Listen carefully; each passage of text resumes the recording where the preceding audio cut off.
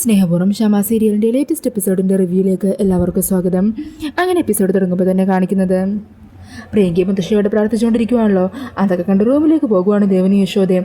അന്നേരം യശോദ പറയണേ, എന്താണോ പുതിയൊരു അഭ്യാസങ്ങളുമായിട്ട് രണ്ടും കൂടി ഇറങ്ങിയിരിക്കുന്നത്, ഇനി എന്ത് മനസ്സിൽ കാണാനാണ് അവിടെ പ്രാർത്ഥിച്ചുകൊണ്ടിരിക്കുന്നത്. അന്നേരം ദേവൻ പറയണേ, മറ്റെന്ത് മനസ്സിൽ കാണാനാ, ആരുടെയെങ്കിലും നാശം തന്നെ വിചാരിച്ചായിരിക്കും പ്രാർത്ഥിക്കുന്നത്. ഇത്രയും നാളും മറ്റു പലരെ സ്വാധീനിക്കാൻ നോക്കിയില്ലേ, ഇനി ദൈവങ്ങളെ ഒന്ന് സ്വാധീനിച്ച് നോക്കാമെന്ന് വിചാരിച്ച് ഇറങ്ങിയിരിക്കുമായിരിക്കും. നമ്മളിത് മൈൻഡാക്കാൻ നിൽക്കണ്ട. ഇതേസമയത്ത് പ്രിയങ്ക അവിടെ പാട്ടൊക്കെ പാടിക്കൊണ്ട് ഭഗവാനോട് പ്രാർത്ഥിച്ചുകൊണ്ടിരിക്കുമായിരിക്കും. പെട്ടെന്നായിരിക്കോട്ടോ പ്രിയങ്കയുടെ ഫോൺ റിങ് ചെയ്യുന്നത്. അത് കാണുന്നതും അയ്യോ എൻ്റെ ഫോൺ അടിക്കുന്നു എന്ന് പറഞ്ഞ് പ്രിയങ്ക അവിടെ നിന്ന് ചാടിക്കയറി എണീറ്റ് പോകുവാണ്. അന്നേരം വിളക്ക് മറിഞ്ഞ് വിളക്കുള്ള തീയുണ്ടല്ലോ മുത്തശ്ശിയുടെ സാരിയിലേക്ക് കയറി പിടിക്കുവാണ് കേട്ടോ. അന്നേരം മുത്തശ്ശിയാണെങ്കിൽ അങ്ങ് ബഹളം വെക്കുവോ, എടി പ്രിയങ്കി ഒന്ന് ഓടി വന്നേ, അയ്യോ തീ എന്നൊക്കെ പറഞ്ഞ് ബഹളം ഉണ്ടാക്കുവാണ്. ഈ സമയം ഒച്ചയും ബഹളമൊക്കെ കേൾക്കുമ്പോഴേക്കും ദേവനും യശോദയും പ്രിയങ്കയൊക്കെ അങ്ങോട്ടേക്ക് ഓടി വരുവാണ് കേട്ടോ. അയ്യോ മുത്തശ്ശി എന്താ പറ്റിയത്, അയ്യോ ഇതെങ്ങനെ തീ പിടിച്ചത്. അങ്ങനെ അവരെല്ലാവരും കൂടി എങ്ങനെയോ തീയൊക്കെ കെടുത്തി കളയുവാണ്. എന്താ ഇവിടെ സംഭവിച്ചത്. അന്നേരം പ്രിയങ്ക പറയണേ, അത് പിന്നെ എനിക്കൊരു ഫോൺ വന്നപ്പോൾ ഞാൻ ഓടിപ്പോയതാ, അപ്പോൾ വിളക്ക് മറിഞ്ഞ് മുത്തശ്ശിയുടെ ഡ്രസ്സിൽ തീ പിടിച്ചു. അന്നേരം ദൈവം പറയണേ, ഭഗവാന് മുമ്പിൽ ആരൊക്കെ നശിക്കണമെന്ന് പ്രാർത്ഥിച്ചുകൊണ്ടിരിക്കുമായിരുന്നല്ലോ നിങ്ങൾ, അതിൻ്റെ ശിക്ഷയാണ് നിങ്ങൾക്കിപ്പോൾ കിട്ടിയത്. ഇത് കണ്ട ബുദ്ധിയുള്ളവർ തിരുത്താൻ ശ്രമിക്കും, പക്ഷെ നിങ്ങളുടെ കാര്യത്തിൽ ഞങ്ങളതൊന്നും പ്രതീക്ഷിക്കുന്നില്ല. എന്താണെന്ന് വെച്ചാൽ കാട്ടിക്കൂട്ട്, ഇതുപോലുള്ള ഓരോ ശിക്ഷകൾ ഇനി നിങ്ങൾക്ക് കിട്ടിക്കൊണ്ടേയിരിക്കും. തിരുത്താൻ പറ്റുമെങ്കിൽ തിരുത്ത്, അല്ലെങ്കിൽ നിങ്ങൾ വരുന്നതെല്ലാം അനുഭവിക്കുക.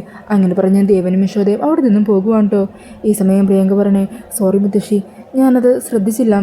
അന്നേരം മുത്തശ്ശി പറയണേ, നീ കാരണമൊന്നുമല്ല എനിക്കിങ്ങനെ സംഭവിച്ചത്, ദൈവങ്ങളെപ്പോലും നമുക്കെതിരെ തിരിച്ചു വെച്ചിരിക്കുവാണല്ലോ, നോക്കട്ടെ ഇതെവിടം വരെ പോകുമെന്ന്. പിന്നീട് കാണിക്കുന്നത് അടുത്ത ദിവസം രാവിലെ ആ ഒരു ക്വാർട്ടേഴ്സിലിരുന്ന് സംസാരിച്ചുകൊണ്ടിരിക്കുന്ന CA ചന്ദ്രമോഹനെയും അതുപോലെ ആ പെൺകുട്ടിയെ ദ്രോഹിച്ച അയാളും ആ പയ്യനും അച്ഛനും ഒക്കെ കുടിനിരുന്ന് സംസാരിക്കുന്നതാണ്. അങ്ങനെ ആ പയ്യൻ്റെ അച്ഛൻ ചന്ദ്രമോഹൻ വീണ്ടും പൈസ കൊടുക്കാനായിട്ട് വന്നിരിക്കുക. സാറേ, എൻ്റെ മോനെ രക്ഷിക്കാനായിട്ട് എത്ര പൈസ മുടക്കാനും എനിക്കൊരു കുഴപ്പമില്ല, വേണമെങ്കിൽ ആ പെൺകുട്ടീനെ അവളുടെ അമ്മയെ വിളിക്കാം, അവർ വിളിച്ച് ഒരു ഒത്തുതീർപ്പിന് ശ്രമിക്കാം, അവർക്കും പൈസ വേണ്ടി വന്നാൽ അതും കൊടുക്കാം. അന്നേരം മോഹൻ പറയണേന്, തൽക്കാലം അവർക്ക് പൈസ കൊടുത്താലൊന്നും വഴങ്ങുന്ന ടീമല്ലെന്ന് എനിക്ക് തോന്നുന്നത്, തൽക്കാലം അവരോടിപ്പോൾ ഉള്ള ഭീഷണി തന്നെ മുമ്പോട്ട് കൊണ്ടുപോകുന്നതായിരിക്കും നല്ലത്. ഇനി അഥവാ അവർ ഒരു ഒത്തുതീർപ്പിന് തയ്യാറാകുവാണെങ്കിൽ നമുക്കപ്പം നോക്കാം. പിന്നെ തനിക്ക് അവിടെ ഒരു പ്രോപ്പർട്ടി ഉണ്ടല്ലോ, ആ പ്രോപ്പർട്ടി എനിക്കങ്ങ് ഭയങ്കര ഇഷ്ടപ്പെട്ടു, ഞാനത് നോക്കി വെച്ചിട്ടുണ്ട്. ഇടയ്ക്ക് ഞാൻ അങ്ങോട്ടേക്ക് ഇറങ്ങാം, ഒന്ന് വിഷത്തോട്ട് കാണാൻ, എന്നിട്ടേ നമുക്കൊരു വിലയൊക്കെ ഉറപ്പിച്ച് ഡീൽ ചെയ്യാനുണ്ട്.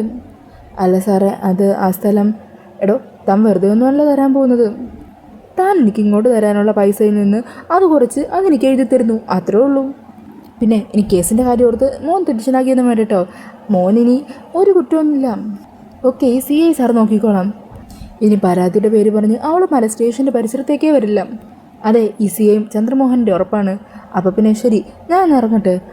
അല്ല സാറേ, ഈ ACP സാറ് അയാൾ കുറച്ച് കുഴപ്പക്കാരനാണെന്നാണ് കേട്ടിട്ടുള്ളത്, ഇനി അയാളെങ്ങാനും ഇതിൻ്റെ പിന്നാലെ ഇറങ്ങുമോ. എടോ അങ്ങനെ എങ്ങാനും ഇറങ്ങിയാലേ നമുക്ക് വഴങ്ങില്ലെന്നാണെങ്കിൽ അങ്ങ് തട്ടിക്കളഞ്ഞേക്ക്, അതിന് പറ്റിയ ആൾക്കാർ തൻ്റെ കയ്യിലുണ്ടല്ലോ. അയാൾക്ക് ചാകാനവധിയെങ്കിൽ നമുക്കതെടുക്കാൻ പറ്റില്ലല്ലോ, അയാളെപ്പോലെ എടുത്തൻ ചത്തു എന്ന് വെച്ച ഡിപ്പാർട്ട്മെൻറ്റിന് ഒരു കുഴപ്പവും വരാൻ പോകുന്നില്ല. അങ്ങനെ പറഞ്ഞ് ആ ബാഗും കൊണ്ട് ചന്ദ്രമോഹനൻ വാതിൽ തുറന്ന് പുറത്തിറങ്ങാൻ നിൽക്കുമ്പോഴായിരിക്കും കേട്ടോ ACP മറ്റു പോലീസുകാരും മീഡിയക്കാരും ഒക്കെ പുറത്ത് കാത്തു നിൽക്കുന്നത് മോഹൻ കാണുന്നത്. അതുകൊണ്ട് CI ആകെ ഞെട്ടി തകർന്നു പോകുവാണ് കേട്ടോ. അന്നേരം ACP പറയണേ, അത് ശരി, അപ്പോൾ താൻ എൻ്റെ മരണത്തിനായിട്ടുള്ള മുഹൂർത്തമൊക്കെ കുറിച്ച് കഴിഞ്ഞ് ഇറങ്ങുമായിരുന്നു അല്ലേ, എന്താണെങ്കിലും കൈയോടെ പിടികൂടാൻ പറ്റിയല്ലോ, തൻ്റെ എല്ലാ കള്ളത്തരങ്ങളും തെളിവ് സഹിതം കൂടെ കൂട്ടുപ്രതികളുടെ ഒപ്പം പിടികൂടാൻ പറ്റിയില്ലേ. അന്നേരം CI പറയണേ, അയ്യോ സാറേ ചതിക്കല്ലേ, എന്നെ ഇങ്ങനെ നാണം കെടുത്തരുത്. എടോ തനിക്കിതുപോലുള്ള അഴിമതികൾ കാണിക്കാം, പരാതിയുമായിട്ട് സ്റ്റേഷനിൽ വരുന്നവരെ മാനസികമായി തളർത്തിയും അവരെ ആക്ഷേപിച്ച് അവിടെ നിന്ന് പറഞ്ഞോടിക്കാം. എന്നാൽ ഈ ഒരവസ്ഥ തനിക്ക് വരുമ്പോൾ തനിക്കത് ബുദ്ധിമുട്ടാണ് അല്ലേടോ, നോക്കി നിൽക്കാതെ ഒക്കത്തിന് അറസ്റ്റ് ചെയ്യടോ. അങ്ങനെ ചന്ദ്രമോഹനെയും കൂടെയുള്ള 2 കൂട്ടാളികളെയും കൂടി അറസ്റ്റ് ചെയ്തുകൊണ്ട് പുറത്തേക്ക് കൊണ്ടുവരുവാണ്ടോ പോലീസ്. ഈ സമയം മീഡിയക്കാർ എല്ലാം കവർ ചെയ്തുകൊണ്ട് മുമ്പിൽ തന്നെ ഉണ്ടാകും. അന്നേരം വരണും രാധികയും മുത്തശ്ശിയും അതുപോലെ ആ മൃദുലയുടെ മോളൊക്കെ ഈ കാഴ്ച കാണാനായിട്ട് വന്ന് നിൽക്കുന്നുണ്ടാകട്ടോ. കുറേ ആൾക്കാരും കൂടിയിട്ടൊക്കെ ഉണ്ടാകും. അങ്ങനെ പത്രപ്രവർത്തകരാണെങ്കിൽ നടന്ന സംഭവത്തെക്കുറിച്ചൊക്കെ പറയുവാണ്. സ്റ്റേഷനിൽ കേസുമായിട്ട് വന്നൊരു പെൺകുട്ടീനെയും അവളുടെ അമ്മയും മാനസികമായി ഉപദ്രവിക്കുകയും അധിക്ഷേപിക്കുകയും ചെയ്യുന്ന CI മോഹനൻ്റെ വീഡിയോ വരെ തെളിവായിട്ട് പോലീസിൻ്റെ കയ്യിൽ കിട്ടിയിരിക്കുകയാണ്. ഇപ്പോൾ ഇതാ കൈക്കൂലി വാങ്ങുന്നതിനിടയിൽ തെളിവ് സഹിതം തൊണ്ടിയോടെ തന്നെയാണ് CI മോഹനെയും കൂട്ടാളികളെയും പിടിച്ചിരിക്കുന്നത്. സാർ ഇതിനെക്കുറിച്ച് എന്താണ് പറയാനുള്ളത്. അന്നേരം ACP പറയണേ, പോലീസ് സ്റ്റേഷൻ്റെ അകത്ത് തന്നെയുള്ള ഇത്തരം കാക്കിയിട്ട കൊള്ളക്കാരെയും കള്ളന്മാരെയൊക്കെ വ്യക്തമായി കണ്ടെത്തി അവരെല്ലാം തുടച്ചു നീക്കി ജനങ്ങൾ ആഗ്രഹിക്കുന്നത് പോലെയുള്ള ഒരു പോലീസ് സ്റ്റേഷൻ അത് നിർമ്മിക്കുക എന്നത് തന്നെയാണ് ഞങ്ങളുടെ ലക്ഷ്യം. ജനങ്ങളെ സംരക്ഷിക്കുക എന്ന വലിയൊരു ഉത്തരവാദിത്വമാണ് പോലീസുകാരെ ഏൽപ്പിച്ചിട്ടുള്ളത്. അത് മറന്ന് കുറ്റവാളികൾക്ക് രക്ഷകരാവുന്ന ഇവനെ പോലുള്ളവരെ ഉണ്ടല്ലോ വെറുതെ വിടാനായിട്ട് ഞങ്ങൾ ഉദ്ദേശിച്ചിട്ടില്ല. തക്കതായ ശിക്ഷ തന്നെ മേടിച്ചു കൊടുത്തിരിക്കും. അങ്ങനെ മോഹനയും കൊണ്ട് ജീപ്പിൻ്റെ അരികിലേക്ക് പോകുവാണ് പോലീസുകാർ. ഈ സമയം മരണം രാധികയും മുത്തശ്ശിയൊക്കെ അരികിലേക്ക് ചെല്ലുവാണ്. സാറേ, ഈ പറഞ്ഞ ഡേറ്റ് ഓർമ്മയുണ്ടോ? എൻ്റെ മുത്തശ്ശിയെ ജയിലിലാക്കിയിട്ട് നിങ്ങൾ അവിടെ ഇരുത്തിയ 350 മിനിറ്റ്. അതിൻ്റെ പേരിൽ നിങ്ങൾക്ക് ഞാൻ പകരം വീട്ടിയിരിക്കും എന്ന് ഞാൻ അന്നേ പറഞ്ഞതല്ലേ. ഇപ്പോൾ അതാ കണ്ടില്ലേ, ഒരു തെറ്റും ചെയ്യാത്ത എൻ്റെ മുത്തശ്ശീനെ കള്ളക്കേസിൽ കുടുക്കി നിങ്ങൾ ജയിലിലാക്കിയില്ലേ. അന്നേ നിങ്ങളോട് ഞാൻ പറഞ്ഞതാണ് നിങ്ങൾ ചെയ്യുന്നത് തെറ്റായ കാര്യമാണ്. ഇതിന് നിങ്ങളോട് ഞാൻ പകരം വീട്ടിയിരിക്കുമെന്ന്. ഇപ്പതാ നിങ്ങൾ ചെയ്ത എല്ലാ കള്ളത്തരങ്ങളും തെളിവോട് കൂടി പിടിച്ച് കയ്യിൽ വിലങ്ങ് വെച്ച് നിങ്ങൾ ജയിലിലേക്ക് കൊണ്ടുപോകുമല്ലേ. ഈ ഒരു നിമിഷത്തിന് വേണ്ടിയാണ് ഞങ്ങൾ ഇത്രയും കഷ്ടപ്പെട്ടത്. ഈ സമയം രാധിക മൃദുലയുടെ മോളെ ചേർത്ത് പിടിക്കണേ. മോളെ, നിന്നോട് ദ്രോഹം കാണിച്ചവനുണ്ടല്ലോ, ഇവന് കൊടുക്കാനുള്ള ശിക്ഷ എന്താണെന്ന് വെച്ചാൽ നീ കൊടുത്തോ. അന്നേരം ആ പെൺകുട്ടി ചെന്ന് ആ പയ്യൻ്റെ കരണത്തിട്ടൊന്ന് പൊട്ടിക്കുവാണ്. ഈ സമയം രാധിക പറയണേ, മോളെ, നിനക്ക് കിട്ടേണ്ട നീതി നിനക്ക് കിട്ടിക്കഴിഞ്ഞു. നിന്നോട് ദ്രോഹം ചെയ്ത ഇവനുണ്ടല്ലോ, ഇനി ഇവനെ ഒരിക്കലും രക്ഷപ്പെടാൻ പോകുന്നില്ല. ആരും ഇവനെ രക്ഷിക്കാനുമില്ല. അങ്ങനെ അവരുടെ ഓരോ വാക്കുകളും പരിഹാസമൊക്കെ കേട്ട് ആകെ തലയും താഴ്ത്തി പ്രതികരിക്കാനാവാതെ ദേഷ്യത്തിൽ നിൽക്കുവാണ്ടോ മോഹൻ. ഈ സമയം പോലീസുകാർ മോഹനെയും കൂട്ടിയും ജീപ്പിൻ്റെ അരികിലേക്ക് ചെല്ലുവാണ്. അന്നേരം ആൾക്കാരെല്ലാം കൂടി പ്രശ്നം ഉണ്ടാക്കി CIനെയും കൂടെയുള്ള കൂട്ടാളികളെയൊക്കെ കൈയേറ്റം ചെയ്യുകയും അവരെ ഉപദ്രവിക്കാനൊക്കെ ശ്രമിക്കുന്നുണ്ട്. അങ്ങനെ പോലീസുകാർ എങ്ങനെയൊക്കെയോ അവരെ ജീപ്പിലേക്ക് കയറ്റി അവിടെ നിന്നും കൊണ്ടുപോകുവാണ്. ഈ സമയം മുത്തശ്ശി പറയണേ, സത്യം പറയാലോ മോനെ, നിങ്ങൾ രണ്ടുപേരും എൻ്റെ കൂടെ ഉണ്ടെങ്കിൽ എനിക്ക് ഒരു സങ്കടം ഉണ്ടാവില്ല. ഈ മുത്തശ്ശിക്ക് വേണ്ടിയിട്ടല്ലേ നിങ്ങൾ രണ്ടുപേരും കൂടി ഇത്രയും കഷ്ടപ്പെട്ടതെല്ലാം ചെയ്തത്. ഈ മുത്തശ്ശിയുടെ ധൈര്യം എന്ന് പറയണത് നിങ്ങൾ രണ്ടാളും ഈ മുത്തശ്ശിയുടെ കൂടെ ഉള്ളത് തന്നെയാണ്. ഈ സമയം രാധിക പറയുന്നുണ്ട്, മോളെ, ഇനി മോള് ധൈര്യത്തോടെ കോളേജിലേക്ക് പോകണം. നല്ല മിടുക്കിയായിട്ട് പഠിക്കണം. മോൾക്ക് എന്ത് ആവശ്യമുണ്ടെങ്കിലും എന്ത് പ്രശ്നം വന്നാലും വരുൺ ചേട്ടനോട് പറഞ്ഞാൽ മതി. ഞങ്ങളുണ്ട് മോളുടെ കൂടെ. മോൾക്ക് എന്താണ് പഠിക്കാൻ ആഗ്രഹമെന്ന് വെച്ചാൽ അത് പഠിക്കുക. അതിന് ചിലവിനെ കുറിച്ചൊന്നും ഓർത്ത് ഒരു ടെൻഷനും ആവേണ്ട. അന്നേരം വരുൺ പറയണേ, അതെ, ഇനി മോളുടെ പഠിത്തം ഞങ്ങൾ കണിമംഗലം ഗ്രൂപ്പ് ഓഫ് കമ്പനി ഏറ്റെടുത്തിരിക്കുവാണ്. അക്കാര്യം ഓർത്ത് മൃദുലക്കും മോൾക്കും ഇനി ഒരു ടെൻഷനും വേണ്ട കേട്ടോ. ഇത് ഞാൻ എൻ്റെ മുത്തശ്ശിയുടെ രാധികയുടെ മുമ്പിൽ വെച്ച് നിങ്ങൾക്ക് തരുന്ന വാക്കാണ്. അപ്പം എങ്ങനെയാ മുത്തശ്ശി ഹാപ്പിയല്ലേ? പിന്നെ അല്ലാതെ, നമുക്കിതൊന്ന് ആഘോഷിക്കണ്ടേ, പിന്നെ വേണ്ടേ? അങ്ങനെ പറഞ്ഞ് അവരൊത്തിരി സന്തോഷത്തോടു കൂടി നിൽക്കുവാണ്. പിന്നീട് കാണിക്കുന്നത് TV കണ്ടുകൊണ്ടിരിക്കുന്ന ദേവനെയും യശോധനെയാണ് കേട്ടോ. അങ്ങനെ അവർ വാർത്താ ചാനൽ വെക്കുമ്പോഴായിരിക്കും അവിടെ CIനെ അറസ്റ്റ് ചെയ്ത ആ ഒരു വാർത്തയൊക്കെ ടെലികാസ്റ്റ് ചെയ്തുകൊണ്ടിരിക്കുന്നത്. ഈ സമയം ആ ഒരു ശബ്ദം കേട്ടിട്ട് സുകുമാരിയമ്മയും പ്രിയങ്കയും കൂടി അങ്ങോട്ടേക്ക് ഓടി വരുവാണ്. അങ്ങനെ അവർ CIനെ അറസ്റ്റ് ചെയ്ത കാഴ്ച കണ്ട് അമ്പരന്ന് വിശ്വസിക്കാനാവാതെ നിൽക്കുവാണ്. എൻ്റെ ദൈവമേ, CI സാറിനെ പോലീസ് അറസ്റ്റ് ചെയ്തെന്നു. അങ്ങനെ പറഞ്ഞാൽ മുത്തശ്ശി അന്തം വിട്ട് നിൽക്കുവാണ് കേട്ടോ. ഈ സമയം ദേവൻ പറയണേണ്, കണിമംഗലത്തെ ജയഭാരതി മുത്തശ്ശിനെ ഒരാവശ്യമില്ലാതെ കള്ളക്കേസിൽ കൊടുത്ത് ജയിലിലിട്ട ആളല്ലേ അയാൾക്ക് വരുണിൻ്റെ അധികം കൂടി അയാളുടെ തൊപ്പി തെറിപ്പിക്കുമെന്ന് അന്നേ അവർ പറഞ്ഞതാണ്. ഇപ്പതാ അയാൾക്ക് കിട്ടേണ്ടത് കിട്ടിക്കഴിഞ്ഞു. ഇനി അടുത്തത് നിങ്ങൾക്ക് രണ്ടുപേർക്കുമാണ്. അങ്ങനെ ദേവൻ്റെ വാക്കുകളൊക്കെ കേട്ട് മുത്തശ്ശിയും പ്രേഗിയും ദേഷ്യത്തോടെ അവിടെ നിന്നും പുറത്തേക്ക് പോകുവാണ്. അങ്ങനെ പുറത്ത് CIയുടെ അറസ്റ്റിൻ്റെ ആ ഒരു ഷോക്ക് കൊണ്ട് ആകെ തകർന്നിരിക്കുവാണ്ട് രണ്ടുപേരും. ഈ സമയം പ്രിയങ്ക പറയുന്നുണ്ട്, എന്നാലും മുത്തശ്ശി, നമുക്ക് ആകെയുള്ള രാഷ്ട്രീയമായിരുന്നു ആ CI സാറ്. അയാളും കൂടി ഇപ്പോൾ ജയിലിലായല്ലോ. അയാളൊരു അഴിമതിക്കാരനാണ്, പക്ഷേ നമ്മുടെ ആവശ്യത്തിന് അയാൾ നല്ല സ്ട്രോങ് ആയിട്ട് തന്നെ നമ്മുടെ കൂടെ നിന്നതാണ്. ഇനി നമ്മൾ എന്ത് ചെയ്യും മുത്തശ്ശി? അന്നേരം മുത്തശ്ശി വരണേ, നമ്മുടെ കാലിനടിയിലെ മണ്ണ് ചോർന്ന് പൊയ്ക്കൊണ്ടിരിക്കുവാണല്ലോ മോളെ. ഇനിയിപ്പോൾ ആ ഗൗതം വിളിച്ചാലും നമ്മളതിന് ഫോൺ എടുക്കാനോ മറുപടി എടുക്കാനോ ഒന്നും നിൽക്കണ്ട. ആ CI ഇല്ലാതെ അവനെ കൊണ്ടൊന്നും പറ്റില്ല. അപ്പോൾ മുത്തശ്ശി എന്താ പറഞ്ഞു വരുന്നത്? നമ്മൾ എല്ലാം വിട്ട് നമ്മുടെ എല്ലാ ആഗ്രഹങ്ങളും മാറ്റി പിന്മാറി ഈ വീട്ടിൽ തന്നെ അടങ്ങി ജീവിക്കാനാണോ? അന്നേരം സുകുമാരി പറയണേ, എടി, ഒരു കൊടുങ്കാറ്റ് വന്നു കഴിഞ്ഞാലേ ബലമില്ലാത്ത മേൽക്കൂരകളും ചില്ലകളും എല്ലാം നശിച്ചു പോകും. ബലമുള്ളത് അവിടെ തന്നെ ഉറച്ചു നിൽക്കും. നമ്മളങ്ങനെ പിന്മാറാനൊന്നും പോകുന്നില്ല മോളെ. നമ്മുടെ കയ്യിൽ നീ വരുണിൻ്റെ ഭാര്യയാണെന്ന് തെളിയിക്കാനുള്ള രേഖകളുണ്ട്. നിങ്ങളുടെ വിവാഹ സർട്ടിഫിക്കറ്റ് ഉണ്ടല്ലോ, അത് മാത്രം മതി നീ വരുണിൻ്റെ ഭാര്യയാണെന്ന് കോടതി തെളിയിക്കാൻ. നല്ലൊരു വക്കീലിനെ ചെന്ന് കണ്ട് ആ കടമംഗലത്തിനെതിരെ കേസ് കൊടുത്താൽ മതി. അവിടെ നിന്ന് വരുണിൻ്റെ ഭാര്യ എന്ന് പറഞ്ഞ് ഇപ്പോൾ അവിടെ ജീവിക്കുന്ന രാധികേനുണ്ടല്ലോ, അവളെ പിടിച്ച് പുറത്താക്കി നീ തന്നെയാണ് വരുണിൻ്റെ ഭാര്യ എന്ന് പറഞ്ഞ് കോടതിയിൽ നിന്ന് ഉത്തരവുണ്ടാക്കി നിനക്കവിടെ വരുണിനൊപ്പം ജീവിക്കാൻ പറ്റും. മുത്തശ്ശി അപ്പോൾ എന്താ പറഞ്ഞു വരുന്നത്? കേസ് കൊടുക്കണം എന്നാണോ? അതെ, വരുണിൻ്റെ രാധികയും തമ്മിൽ വേർപിരിക്കാൻ ഇത് മാത്രമേ ഇപ്പോൾ നമ്മുടെ മുമ്പിലുള്ള വഴിയുള്ളൂ. കേസ് കൊടുക്കണം. ശരിയാ മുത്തശ്ശി പറയുന്നത് പോലെ തന്നെ ചെയ്യാം. ഇനി ജീവൻ പോയാലും ശരി, ഇതിനൊരവസരമില്ലാതെ അവസാനമില്ലാതെ പ്രിയങ്ക വിശ്രമിക്കില്ല. വരുണിനെ എനിക്ക് എങ്ങനെയെങ്കിലും സ്വന്തമാക്കിയിരിക്കണം. അതിന് എത്ര കഷ്ടപ്പെടേണ്ടി വന്നാലും എനിക്കൊരു ബുദ്ധിമുട്ടുമില്ല. പിന്നീട് കാണിക്കുന്നത് പൂജാമുറിയിൽ നിന്ന് പ്രവർത്തിച്ചുകൊണ്ട് നിൽക്കുന്ന വരുണിനെയും രാധികേനെയും മുത്തശ്ശീനെയൊക്കെയാണ് കേട്ടോ. അന്നേരം രാധിക പറയണേ, നമുക്ക് നമ്മുടെ എല്ലാ പ്രശ്നങ്ങളിലും തുണയെ നിന്നത് ഭഗവാൻ കൃഷ്ണനാണ്. ആ കൃഷ്ണനെ നമുക്ക് നന്ദി പറയാം അല്ലേ മുത്തശ്ശി? എന്നിട്ട് ഭഗവാന് മുമ്പിൽ പ്രാർത്ഥിച്ച് ഭഗവാനോട് നന്ദി പറയുവാണ് കേട്ടോ രാധിക. ഈ സമയം ഇതൊക്കെ കണ്ട് മുത്തശ്ശി പറയണേ, രാധിക മോൾക്ക് ഭഗവാനോടുള്ള ഭക്തി കണ്ടുവേണം എല്ലാവരും പഠിക്കാനായിട്ട്. ജീവിതത്തിൽ എത്ര പ്രതിസന്ധികൾ വന്നാലും ഒരിക്കൽ പോലും ഭഗവാനെ തള്ളിപ്പറഞ്ഞിട്ടില്ലല്ലോ. പ്രതീക്ഷയോടെ കാത്തിരിക്കില്ലേ, എല്ലാം ഭഗവാൻ തന്നെ പരിഹരിക്കുമെന്നും പറഞ്ഞ് മോളുടെ ആ ഭക്തിയാണ് നമ്മുടെ കുടുംബത്തിന് തുണയായിരിക്കുന്നത്.